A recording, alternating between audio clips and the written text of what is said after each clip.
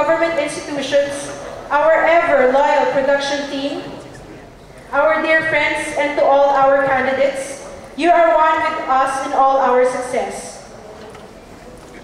See you again in the next pageant. God bless. Good evening.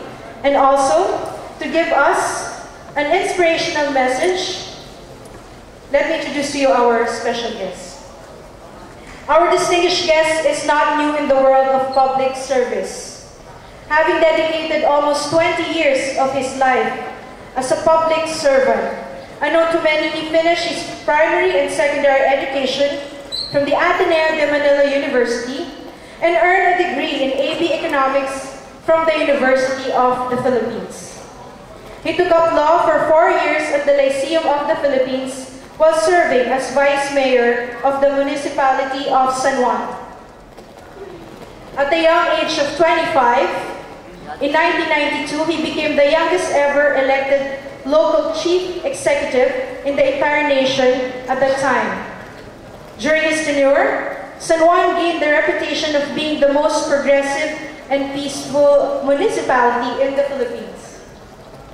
In 1998, he was sworn into office as the national president of the League of Municipalities of the Philippines, where he effectively and efficiently harnessed the potential of LGUs as reliable partner of the national government in nation building. In 2004, he was elected to the Senate with the support of the Filipino masses. He became the chairman of the Sensitive Committee on Labor, Employment, and Human Resources Development that passed 6 landmark labor legislations. He was the youngest ever elected Senate President pro tempore of the Senate. Since becoming a senator, he has filed more than 600 proposed legislative measures, and many of these were enacted into laws.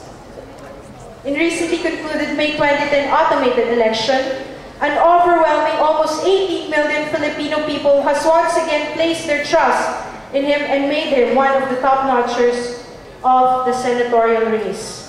Ladies and gentlemen, it is therefore with pride and honor that I introduce to you this vibrant and very handsome senator, ang anak ng masa, Senator Jinggoy Ejercito Estrada.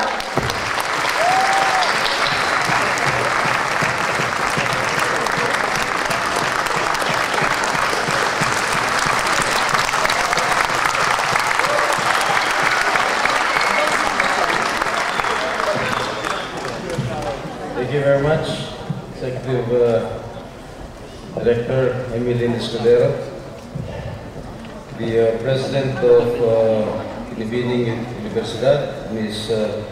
Judy Arlene Vergara, former Governor Ace Barbers,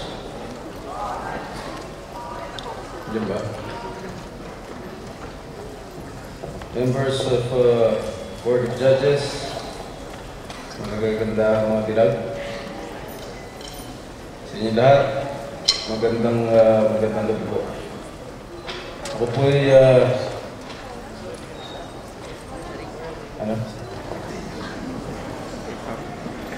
po ay malugod na nagpapasalamat sa inyong masiglang pagtanggap po sa inyong lingkod at sa inyong imbitasyon upang ako po ay maging bahagi ng inyong palagtutunan ngayong gabi. Ladies and gentlemen, it is an honor and privilege for me to join you today on the second Binibining Universidad pageant. Let me extend my warmest congratulations to the organizers and to your partners, the Philippine Association of State Universities and Colleges, the Commission on Higher Education, the National Youth Commission, the National Commission on Muslim Filipinos, Philippine Drug Enforcement Agency for spearheading this pageant. In all honesty, I have refrained during the past weeks from accepting speaking invitations from various associations and organizations.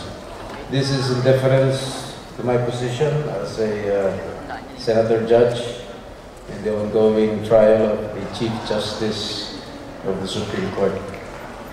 I have exercised caution in any of my statements on the matter in order not to be misunderstood as prejudging the case for or against the respondent.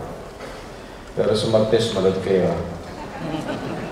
As they say, anything I say can and may be used against me. That is one of the lessons I learned from the classroom of the impeachment trial. At nakikiusap ko sa inyo, habang ako'y nagsasalita, sana wala akong magtatakip ng tenga ninyo. I wish therefore to maintain an impartial point of view as we continue to hear the case. Ang masasabi ko lang, ceasefire muna tayo ngayon. Kung ano po magiging resulta at hatol, darating po tayo dyan at malapit na. I accepted your invitation today because I am cognizant of the importance, the significance of the goals of the Binibining Universidad will instill to your participants in the schools that they are representing.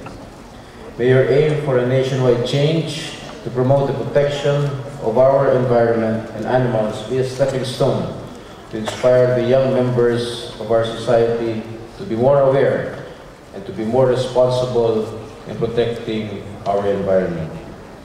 Hindi lamang magandang tanawin ang likas at sadya. Dahil nung araw, lagi siya nag-iimbita ng mga various organizations. Sabi niya, bihira ka, lagi ko raw siyang ginagaya. Nung nag-artista raw siya, nag-artista din daw ako. Nung nag-mayor siya, nag-mayor din daw ako. Nung nag-best actor siya, nag-best actor din ako. Nung nag-senador siya, nag-senador din ako. Nung nakulong siya, nakulong din ako. Kaya talaga hindi ko makakalimutan yung maliit na babaeng yun.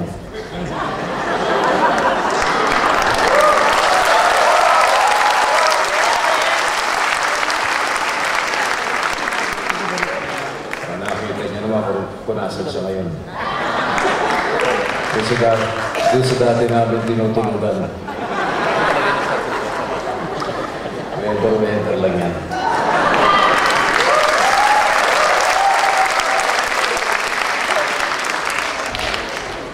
Tapos, yung nag-vice president ng tatay ko, nag-presidente tatay ko.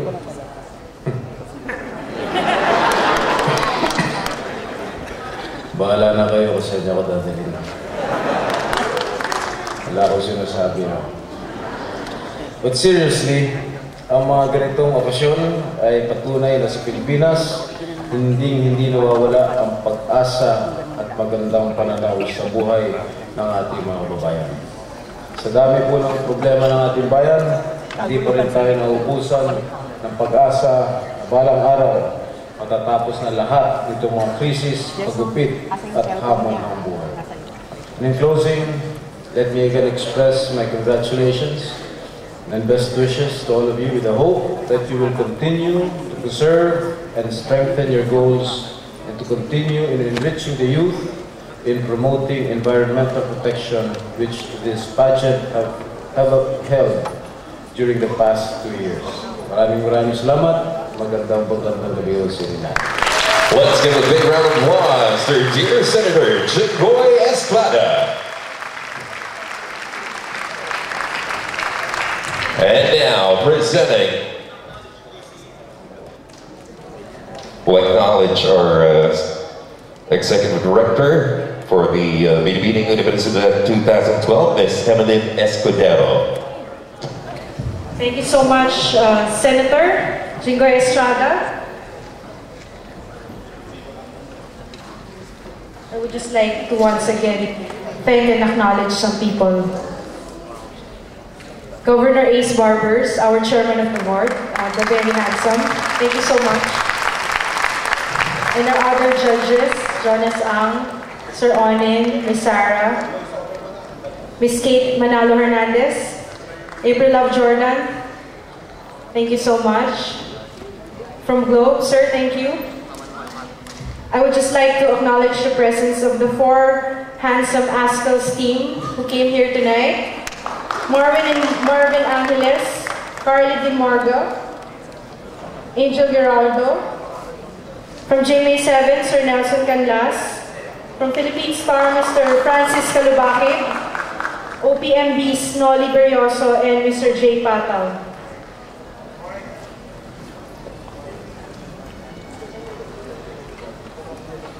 Again, thank you so much to all our sponsors, guests, and panel of judges.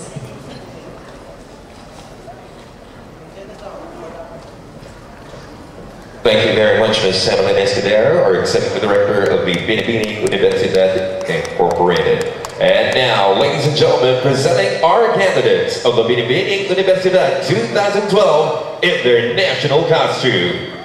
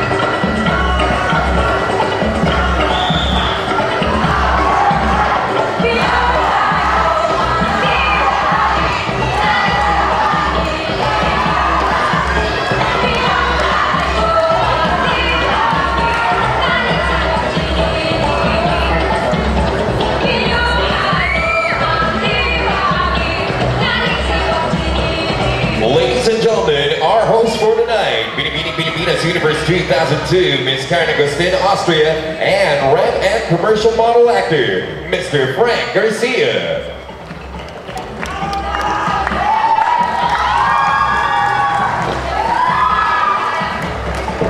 That was really breathtaking.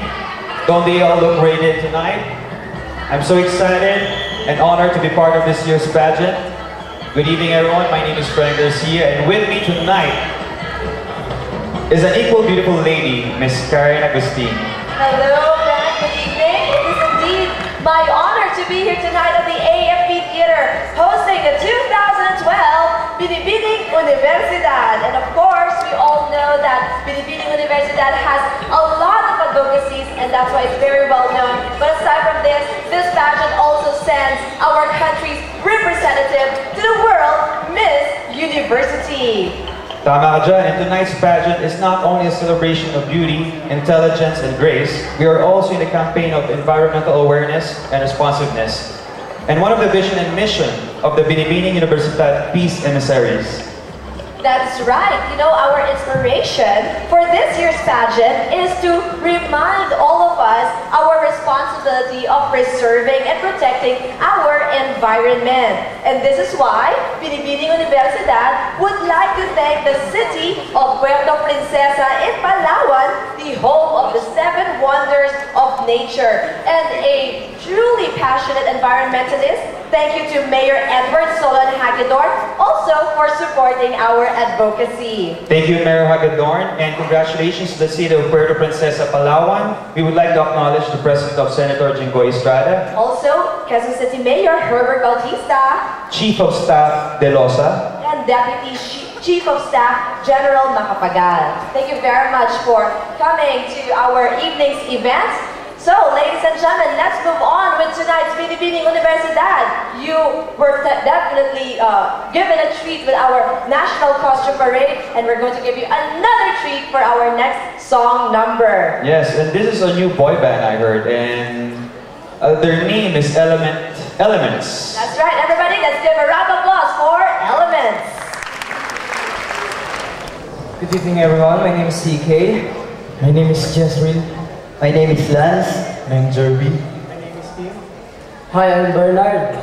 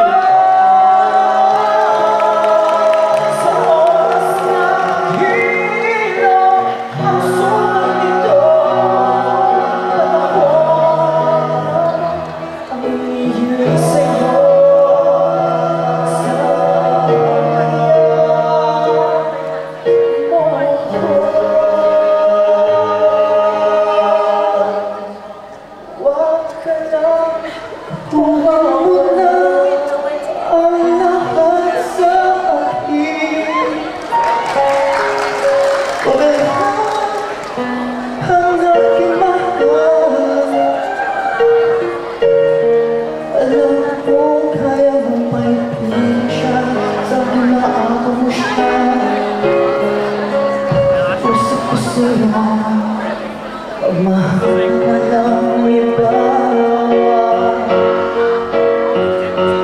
Kunin mo na ang lahat sa akin.